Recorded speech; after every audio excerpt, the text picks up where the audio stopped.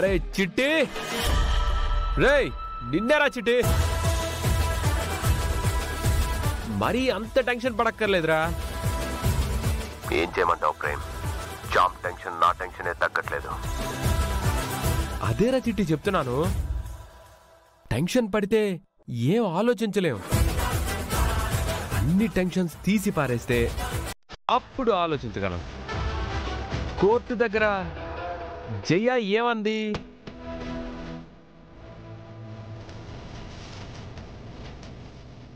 అదేరా, ఈ ఫోటోలు ఎప్పుడు తీశారు అని అడిగినప్పుడు జయ ఏమంది? ఆ ఫోటో తీసి ఎన్నాళ్ళయింది? ఒక 6 నెలలు అయింది. అలా ఆలోచిస్తే దారి దొరకచ్చురా. టెన్షన్ పడకు చిట్టి.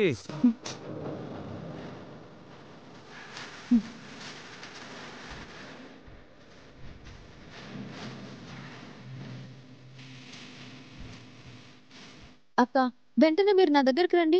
అలాగే అమ్మా. తొందరగా వచ్చేయండి.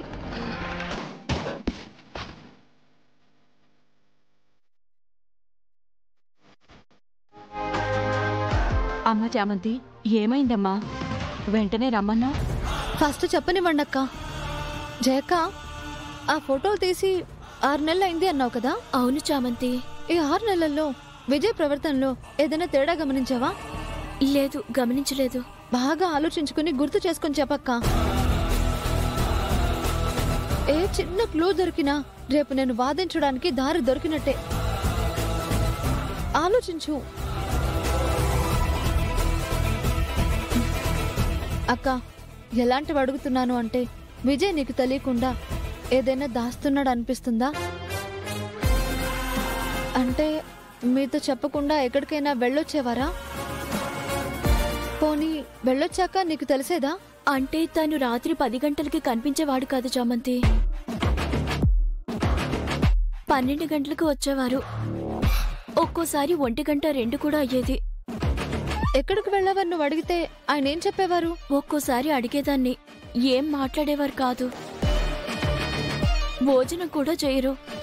ఎప్పుడూ ఫోన్లో మాట్లాడుతూనే ఉంటారు. ఎవరితో? తెలీదు చామంతి, చిన్నగా మాట్లాడేవారు. ఆఫీస్ వాళ్ళతో ఏమో. ఆ టైంలో ఒకవేళ ఆఫీస్ పనుంటే ల్యాప్టాప్లో చేసుకుంటారు, కానీ ఫోన్ ఎందుకు మాట్లాడతారు? ఏమో తెలీదు చామంతి. నువ్వెప్పుడు విజయ్ ఫోన్ మాట్లాడేటప్పుడు దగ్గరికి వెళ్ళలేదా? దగ్గరకు అంటే బాగా ఏదైనా సిచ్యువేషన్ గుర్తు చేసుకో అక్క. ఒకసారి ఎందుకో వెళ్ళాను. మాట్లాడటం ఆపేసి నాకేదో పని చెప్పి పంపేశారు.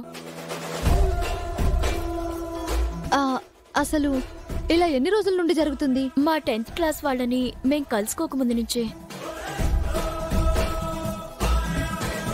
ఇప్పటికీ మీరు వెళ్ళండి. ఇంకా ఏదైనా అనిపిస్తే నాకు ఫోన్ చేసి చెప్పండి. సరే చామంతి. అమ్మా చామంతి, దాని జీవితం నీ చేతుల్లోనే ఉందమ్మా. దీంతో నా భవిష్యత్తు ముడిపడి ఉందక్క. ఇక్కడ నా బాధ్యతని, న్యాయాన్ని కొంతమంది చంపేయాలని చూస్తున్నారు. సరే అక్క, గెలుపు వచ్చేంత వరకు పోరాడదాం. మీరు వెళ్ళండి అక్క. సరే చామంతి, వెళ్ళొస్తాం.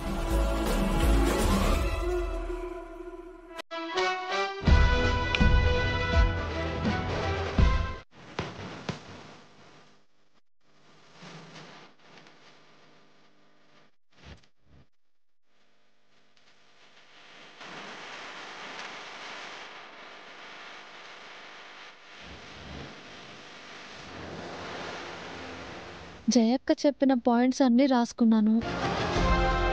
విజయ్ ఫోన్లో ఎవరితో మాట్లాడేవాడు? ఏంటి ఆ ఫోన్ రహస్యం? ఎలా తెలుసుకోవాలో అర్థం కావడం లేదు.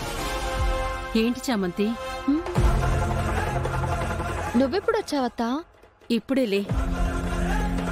నువ్వేం టెన్షన్ పడకమ్మా. కేసు నువ్వే గెలుస్తావు. ధైర్యంగా ఉండు.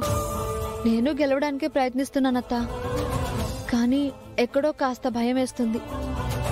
క్లూస్ దొరికినట్టే కనిపిస్తున్నాయి అత్తా, కానీ వాటిని బయటకు ఎలా తీయాలో తెలియట్లేదు. అరే చిట్టి,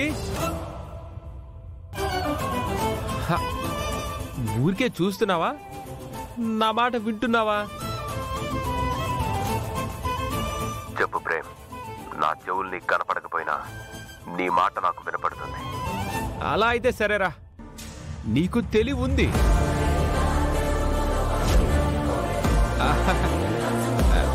వినపడుతుంది అన్నావు కాబట్టి వింటున్నావని అనుకుంటున్నానులే.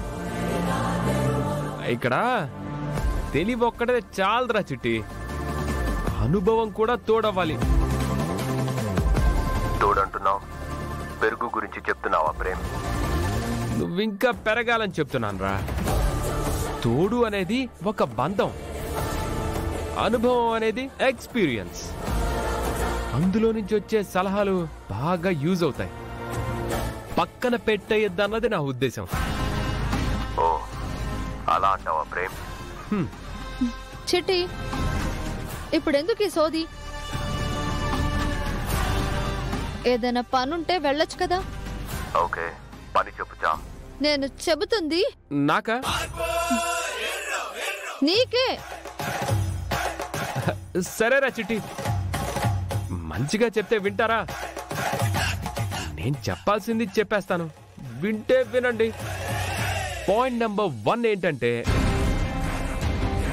జయ భర్త ఫోన్ మాట్లాడింది ఖచ్చితంగా అనుమానించదగ్గదే. జయ వాళ్ళ 10th క్లాస్ స్టూడెంట్స్ అందరూ కలవక ముందు నుంచే ఇది జరుగుతుందంటే, విజయ్ మాట్లాడుతుంది ఖచ్చితంగా ఒక లేడీతో. ఈ విడాకుల డ్రామా విజయ్ ప్రీ ప్లాన్డ్ గా చేస్తుంది, నో డౌట్.